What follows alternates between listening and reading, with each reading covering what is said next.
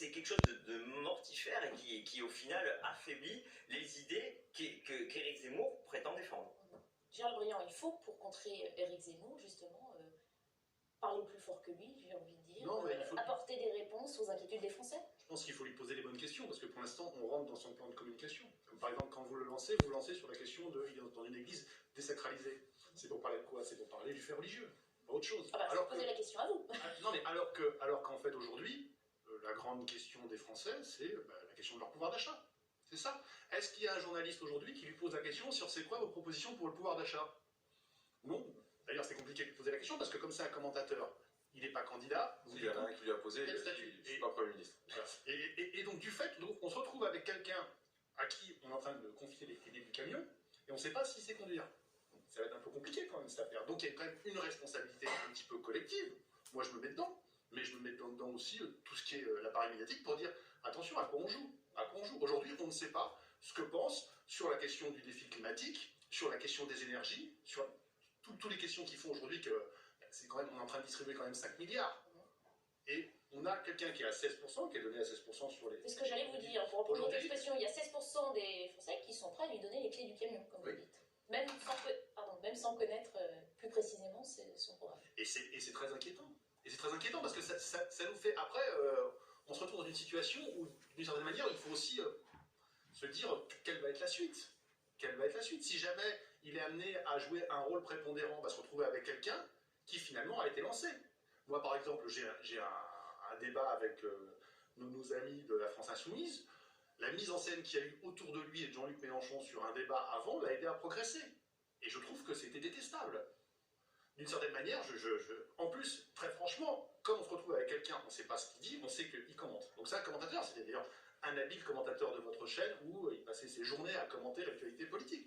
Mais sur ce qu'il propose, lui, on attend encore. Alors, est-ce qu'on va lui poser des questions sur qu'est-ce que vous proposez pour le pouvoir d'achat des Français? Est-ce que c'est la question que va poser votre journaliste, par exemple, s'il peut l'avoir? On devrait savoir ça d'ici quelques minutes. La réponse m'intéresse. Ah, mais un programme ne peut pas être monothématique, un programme ne peut pas être monomaniaque. Pour paraphraser une formule connue, on ne peut pas opposer ou traiter uniquement soit de la fin de l'emphase, soit de la fin du mois. Il faut parler des deux sujets, et il faut parler aussi de comment on met en œuvre l'alternance et l'après-Macron. Lorsque Marine Le Pen passe son jeudi et son vendredi à Bruxelles, rencontre les premiers ministres slovènes et polonais, le premier ministre polonais Mateusz Morawiecki, bien, elle discute de comment on construit l'Europe des nations, l'Europe d'après, comment donc on fait cette alternance non seulement en France, mais en Europe. Lorsqu'elle va rencontrer lundi et mardi prochain Viktor Orban, elle construit, il faut qu'il y ait des conditions d'alternance, il faut être concret, et il faut savoir comment on va changer les choses. On ne peut pas rester dans le déclaratif comme ça. C'est pour ça qu'on prépare les choses sérieusement et de manière méthodique, y compris diplomatiquement. Après, Marine Le Pen, à part dire que c'est la faute aux étrangers, en termes de propositions sur la question d'aujourd'hui, comment on augmente le pouvoir d'achat, on ne l'entend pas sur la hausse du SMIC, on n'entend rien. Donc tout ça, c'est du discours. C'est la première tout est la faute des étrangers. Ça rentrer, c'est pas grave. Hein. Par contre, je pense qu'il ne faut pas amener le débat. Il ne faut pas amener le débat des présidentielles sur des mesures ou une question trop technocratique et politico-politicienne, parce que c'est justement ce qui répulse un peu les Français. Ils ont besoin parfois, et je pense que les partis traditionnels en souffrent, de certaines lignes claires, de certaines postures et d'une certaine vision de la France qui est partagée. Celle d'Éric Zemmour plaît à une certaine partie. L'idée maintenant, c'est au lieu d'aller tout de suite sur de la critique de mesures ou des propositions qui vont être faites un peu trop techniques, qui ferait qu'il y a beaucoup de Français qui ne s'intéresseraient pas à ce qu'on va derrière, c'est de montrer sur la philosophie, l'idée, la philosophie républicaine qu'on porte, comment on a un contre-modèle à ce que propose Éric Zemmour et comment son modèle à lui, en fait, il est défaillant et il est régressif pour la France. Donc répondez-nous mais on en revient encore au fait que, sur le fond, en fait, Éric Zemmour ne propose pas grand-chose. On est sur... Oui, mais c'est pas grave. C'est-à-dire que si on dit que ça devient compliqué. Mais ce que je veux dire, on est sur quelque chose qui tourne en boucle, sur 3 thématiques. L'islamisation du pays, le grand remplacement, et c'était mieux en 1940, d'ailleurs, on réhabilite le maréchal. Voilà, en gros, c'est, quand on a pris ça, on a pris la Sainte Trinité zémourienne et le corpus idéologique. Bon, il y a un moment où, s'il va vers une candidature, la question, ça va être effectivement le pouvoir d'achat, ça va être l'emploi, ça va être la politique internationale, ça va être quels moyens on donne à l'éducation, comment est-ce qu'on fait fonctionner ce pays. Et c'est vrai que là-dessus, pour l'instant, il esquive le sujet. Et quand on vient sur des questions, quelles qu'elles soient, systématiquement, parce que c'est quelqu'un qui a un talent oratoire hors norme, sur ces anciennes et cette espèce de sainte trinité zémourienne.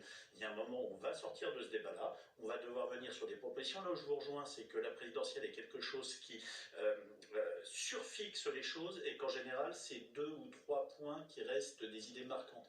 Mais là, on n'est pas sur des idées. On est sur un constat, il y a un constat où on va gratter les gens sur le sentiment de déclassement généralisé qu'a une partie de la population.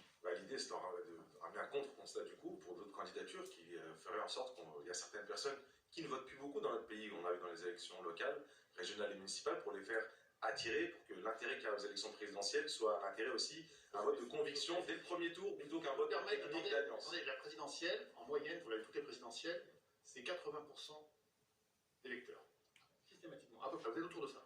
Donc, le fait de dire, il y a des gens aujourd'hui qui ne sont pas, confusément, et les gens, ils ont un peu raison, c'est-à-dire que toute la constitution française repose sur l'élection du président. Donc, ils savent que c'est un peu l'élection importante qui arrive. Donc, la question de la participation, elle est, voilà, c'est un peu ambivalent, et moi, je vous invite à un petit peu de prudence quand même. Vous avez peut-être raison là-dessus. On va aller faire un tour à Touques, justement près de Deauville, dans le Calvados, retrouver Gauthier Lebret qui suit cette actualité pour nous. Gauthier, on le disait, Éric Zemmour donc, est attendu d'ici quelques instants dans cette église désacralisée, un lieu un petit peu plus atypique que les autres lieux où il a été venu à la rencontre de son public.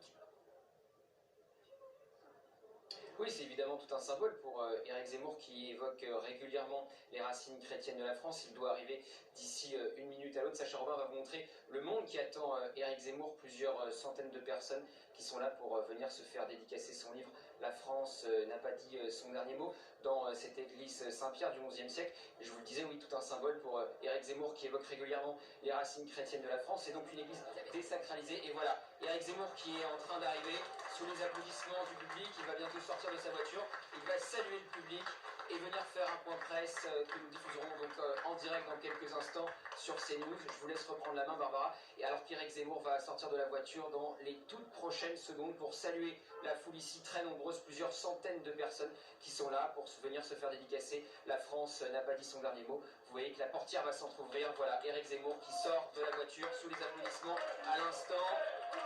Et vous entendez les Zemmour présidents qui retentissent ici à Touques.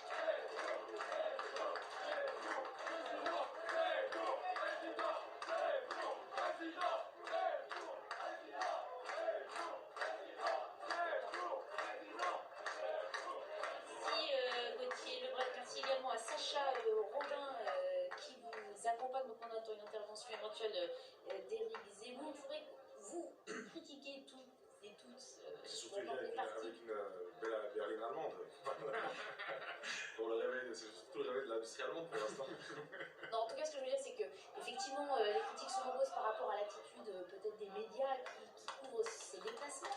Est-ce que ce n'est pas aussi tout simplement lié à la personnalité d'Éric Zemmour, qui est beaucoup plus cassante, beaucoup plus franche, beaucoup très différente aussi de ce qu'on a l'habitude de voir? Est-ce que ce n'est pas ça qui plaît aux Français? Un franc-parler, peut-être un courage qui, dit-on, a manqué à certains autres Déjà, pour prendre les courage, ça serait d'arrêter de prendre les gens pour des jambons et de dire qu'il est candidat. Quand on voit la descente orchestrée comme elle est là, on a un candidat à la présidentielle, on n'a pas quelqu'un qui fait un pas de deux. Sur le reste, c'est quelqu'un qui est brillant à droite, mais comme il y en a beaucoup d'autres, enfin, des tribuns, il y en a beaucoup en politique, il en reste encore moins qu'à une certaine époque, mais il en reste encore quelques-uns. Voilà, mais il y a ce qui est vrai, il joue dessus une ambivalence complète, et comme c'est quelqu'un qui sort un peu des clous, qui a une sorte d'emballement dessus, il bénéficie d'un suivi médiatique extrêmement fort, mais qui s'auto-alimente, parce que le plus on le voit dans les médias, le plus il augmente, le plus on crée un phénomène d'attraction par rapport aux gens, donc il y a un phénomène d'emballement ou de cercle vertueux pour lui. Moi j'attends qu'on vienne... Qui n'enlève rien peut-être, non, mais... c'est vrai que certains Français peuvent accorder à ces idées, c'est là... Mais bien sûr, le problème n'est pas un constat, une idée, ou le fait qu'un pourcentage important de la population ait un sentiment sur certains points. Le problème, c'est qu'est-ce qu'on propose pour la France en 2030, en 2040, en 2050. Et aujourd'hui, en dehors de dire qu'on imposera ou on interdira certains prénoms en France, je ne vois pas tellement les propositions concrètes qui sont faites. Alors voilà, on voit Éric Zemmour qui se rapproche du micro des médias. On va voir ce qu'il a dit. Attendez, on va... C'est tout un symbole pour vous qui évoquez souvent les racines chrétiennes de la France. Bonjour madame. Oui, bien sûr, c'est pas moi qui l'ai décidé ainsi, hein. C'est Madame Le Maire qui m'a invité très gentiment. Et dans cet endroit, elle m'a dit c'est un magnifique endroit, et donc j'ai accepté évidemment tout de suite. Oui, ça a un sens particulier pour l'église, ça a un sens Ben, particulier. oui, bien sûr que ça a un sens. Une de nos églises de village, évidemment que ça a un sens. C'est la France, quoi, vous savez bien. Et vous dites souvent que Marine Le Pen n'a aucune chance de gagner. Elle dit que vous n'avez aucune chance de gagner. Oh, mais il faut arrêter avec ces gamineries là. On arrête, c'est bon. Voilà, on verra bien. Tout ça, ça ne sert à rien. Voilà. Est-ce que chaque On n'en parle plus. On n'en parle plus, vous parlez avec lui, Marine Le Pen, à l'avenir? Non, mais on va pas parler de ça. On va essayer de parler du fond. On va essayer de parler des idées. On va essayer de parler de la France. C'est plus important que de jouer à qui va gagner, qui va perdre. Bon, bah voilà, c'est pas grave, c'est pas important. Sans proposition concrète, on en parlait déjà dans le passement, c'est pas votre conception, vous, d'annoncer des mesures, c'est ça? Je vous ai déjà répondu. Moi, non mais bien sûr, mais je vous ai déjà répondu, l'élection présidentielle, ce ne sont pas d'abord des propositions. C'est parler de la France, c'est à ce niveau-là que se situe l'élection présidentielle. Quelle France nous voulons dans 20 ans? Moi, je dis qu'il faut que la France reste la France. C'est pas rien.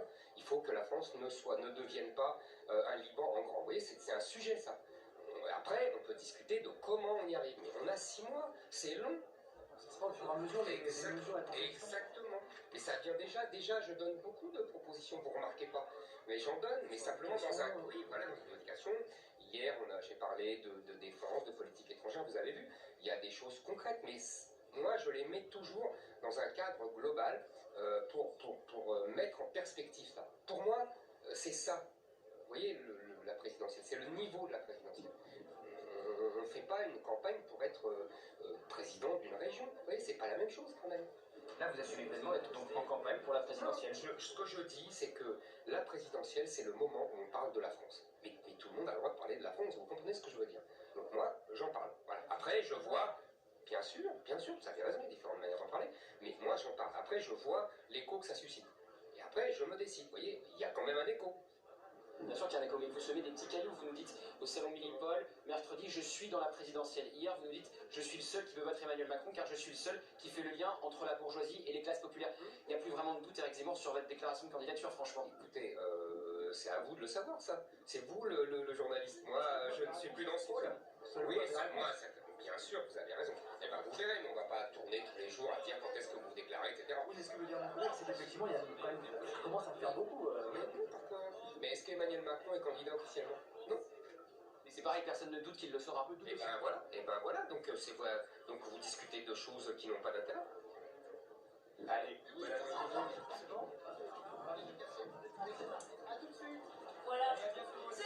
Voilà pour les quelques mots d'Éric Zemmour, donc qui est arrivé à Touques dans le Calvados, où il va donc